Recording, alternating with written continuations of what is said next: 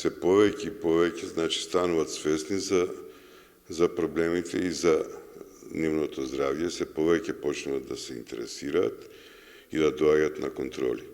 Тоа е ради тоа што медицината секако е напредната, раното откривање на потешките заболувања секако е напреднато, можност за лекување на сите тие заболувања е и текако напредната, значи технологијата трчејки оди напред, медицината ја следи со бавните чекори колку што може, за тоа што поготово социјалното здравје, значи јавното здравство е во секоја држава загубар, така и кај нас.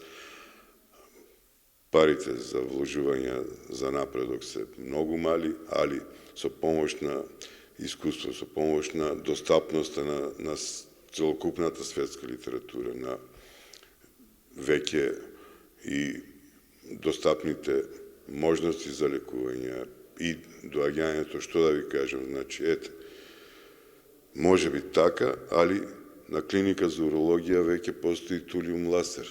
Тоа е врвот на ласерската операција во свет. Апсолутно културолошки и општествено се занемарува заради оние ригидни сваќања за машката цврстина. Значи дека тие се локомотивата на нештата. Меѓутоа, мажите се едни ранливи категории на човечки суштества, кои што ги водат истите борби како и жените. Така да е неопходно преиначување на концептот, на тој традиционален концепт и идеологија за машкоста, се со цел за восприемање на она чувство за развивање свест на менталното здравје кај мажот. Затоа што здрав маж води кон здраво општество. Нели, ако тргнеме од старт она општествена идеологија, цврстината, машката цврстина, тогаш ако мажот е слаб ментално, тогаш генерално и општествено пропаѓаме.